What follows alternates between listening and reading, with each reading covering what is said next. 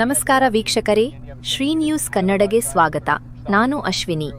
ಪತ್ರಿಕಾ ಮಾಧ್ಯಮ ಮಿತ್ರರಿಗೆ ನಮಸ್ಕಾರಗಳನ್ನು ಸಲ್ಲಿಸಿ, ಕರ್ನಾಟಕ ರಾಜ್ಯ ರೈತ ಸಂಘ ಹಾಗೂ ಹಸಿರು ಸೇನೆ ವತಿಯಿಂದ ರಾಜ್ಯ ಮಟ್ಟದ 4ನೇ ಬೃಹತ್ ಸಮಾವೇಶವನ್ನು ಹಮ್ಮಿಕೊಂಡಿರ್ತಕ್ಕಂಥ ಕಾರ್ಯಕ್ರಮಕ್ಕೆ ಆಗಮಿಸಿರ್ತಕ್ಕಂಥ ಗೌರವಾನ್ವಿತ ನಮ್ಮ ರಾಜ್ಯಾಧ್ಯಕ್ಷರಾದ ಚನ್ನಪ್ಪನ ಪೂಜಾರಿ ಸರ್ ಅವರೇ, ಹಾಗೂ ನಮ್ಮ ರಾಜ್ಯ ಉಪಾಧ್ಯಕ್ಷರಾಗಿರ್ತಕ್ಕಂಥ ಕಲ್ವಣ್ಣ ಸೊನ್ನೋದ್ರವರೇ, ನಮ್ಮ ಜಿಲ್ಲಾ ಅಧ್ಯಕ್ಷರಾಗಿರ್ತಕ್ಕಂಥ ಸಂಗಮೇಶನ ಸಗರ್ ಅವರೇ, ರಾಮನಗೌಡ ಪಾಟೀಲ್ ರವರೇ, ನಮ್ಮ ಕೋಲಾರ ತಾಲೂಕು ಅಧ್ಯಕ್ಷರಾಗಿರ್ತಕ್ಕಂಥ ಸೋಮಣ್ಣ ಬಿರಾದಾರ್ ಅವರೇ, ನನ್ನ ಬಾಗೇವಾಡಿ ತಾಲೂಕಿನ ಎಲ್ಲ ಗೌರವಾನ್ವಿತ ನನ್ನ ರೈತ ಬಂಧುಗಳೇ ನಮಸ್ಕಾರಗಳು.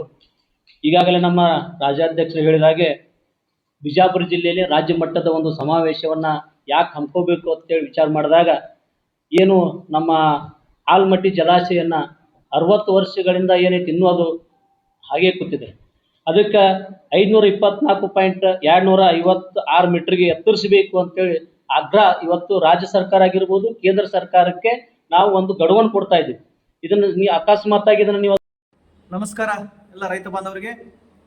ನಾಳೆ ಬರ್ತಕ್ಕಂಥ ಮೇ 8ನೇ ತಾರೀಕಿನಂದು ಕರ್ನಾಟಕ ರಾಜ್ಯ ರೈತ ಸಂಘ ಹಾಗೂ ಹಸಿರು ಸೇನೆ ವತಿಯಿಂದ ವಿಜಯಪುರ ಜಿಲ್ಲೆಯ ದರ್ಬಾರ್ ಹೈಸ್ಕೂಲ್ ಮೈದಾನದಲ್ಲಿ ರಾಜ್ಯ ಮಟ್ಟದ 4ನೇ ಬೃಹತ್ ರೈತ ಜಾಗೃತಿ ಸಮಾವೇಶನ ಆಯೋಜನೆ ಮಾಡಲಾಗಿದ್ದು, ಈ ಒಂದು ಕಾರ್ಯಕ್ರಮಕ್ಕೆ ನಾಡಿನ ಹಲವಾರು ಮಠಾಧೀಶರು ಕೂಡ ಆಗಮಿಸ್ತಾ ಇದ್ದಾರೆ.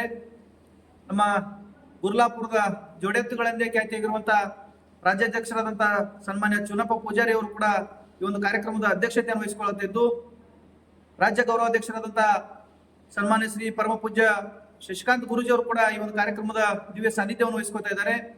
ಅದೇ ರೀತಿಯಾಗಿ ಕರ್ನಾಟಕ ರಾಜ್ಯ ರೈತ ಸಂಘದ ಸುಮಾರು 31 ಜಿಲ್ಲೆಗಳಿಂದ ಎಲ್ಲ ರಾಜ್ಯ ಮುಖಂಡರು, ಮಹಿಳಾ ಪದಾಧಿಕಾರಿಗಳು ಕೂಡ ಈ ಒಂದು ಕಾರ್ಯಕ್ರಮಕ್ಕೆ ಆಗಮಿಸ್ತಾ ಇದ್ದು, ವಿಜಯಪುರ ಜಿಲ್ಲೆಯ 13 ತಾಲೂಕು ಸೇರಿದಂತೆ ಪ್ರತಿಯೊಂದು ಗ್ರಾಮಗಳಿಂದ ಎಲ್ಲ ರೈತ ಬಾಂಧವರು ಪಕ್ಷಾತೀತವಾಗಿ, ಜಾತ್ಯತೀತವಾಗಿ, ಧರ್ಮಾತೀತವಾಗಿ ಈ ಒಂದು ಸಮಾವೇಶಕ್ಕೆ ಆಗಮಿಸಬೇಕಾಗಿ ತಮ್ಮಲ್ಲಿ ಕಳಕಳಿಯಿಂದ ವಿನಂತಿಸಿಕೊಳ್ತಾ ಇದ್ದೀನಿ.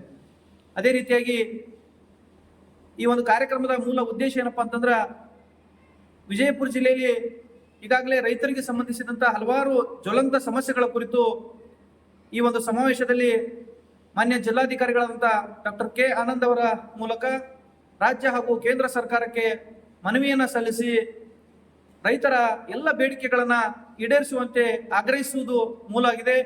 ಅದರಲ್ಲಿ ಪ್ರಮುಖವಾಗಿ ಆಲ್ಮಟ್ಟಿ ಜಲಾಶಯ, ಯಾಕಂತಂದ್ರೆ ವಿಜಯಪುರ ಜಿಲ್ಲೆ ಪಂಚ ನದಿಗಳ ಜಿಲ್ಲೆ ಅಂತ ಖ್ಯಾತಿ ಆದರೂ ಕೂಡ ಇಲ್ಲಿ ಪ್ರತಿ ವರ್ಷ ಹಸಿ ಬರ, ಒಣಬರ ಅಂತ ಹೇಳಿ ರೈತರು ಅತ್ಯಂತ ಸಂಕಷ್ಟಕ್ಕೀಡಾಗುವುದು ಕೂಡ ನಾವು ನೋಡಬಹುದಾಗಿದೆ. ಅದಕ್ಕೆ ನಮಗೆ ಈ ಭಾಗದಲ್ಲಿ ಆಲ್ಮಟ್ಟಿ ಜಲಾಶಯಕ್ಕೆ ಲಕ್ಷಾಂತರ ಎಕರೆ ಭೂಮಿಯನ್ನ ನಮ್ಮ ರೈತರು ಯಾವುದೇ ಒಂದು ಫಲಾಪೇಕ್ಷೆ ಇಲ್ಲದೆ ಬಿಟ್ಟುಕೊಟ್ಟಿದ್ದೆವು. ಇಲ್ಲಿವರೆಗೂ ಕೂಡ ಒಂದು ಆಲ್ಮಟ್ಟಿ ಜಲಾಶಯ ಸಂಪೂರ್ಣವಾಗಿ ಮಾಡದೆ ಎಲ್ಲ ಸರ್ಕಾರಗಳು, ಬಿಜೆಪಿ, ಕಾಂಗ್ರೆಸ್, JDS ಎಲ್ಲ ಸರ್ಕಾರಗಳು ಕೂಡ ನಮ್ಮ ರೈತರನ್ನ ಮೂಲೆಗುಂಪು ಮಾಡುವಂತ ಒಂದು ವ್ಯವಸ್ಥೆ ನಡೀತಾ ಇದೆ. ಇದರ ವಿರುದ್ಧವಾಗಿ ನಾವೇನದ ನಾಳೆ ಬರ್ತಕ್ಕಂಥ ಸಮಾವೇಶದಲ್ಲಿ ಕೃಷ್ಣೇ ಕಹಳೆ ಎಂಬ ಒಂದು ಹೋರಾಟದ ಮೂಲಕ ಈ ಒಂದು ಆಲ್ಮಟ್ಟಿ ಜಲಾಶಯವನ್ನು ಎತ್ತರಿಸಬೇಕನ್ನುವ ಒಂದು ಹೋರಾಟ ಸಮಿತಿಗೆ ಚಾಲನೆ ನೀಡ್ತಾ ಇದ್ದೀವಿ.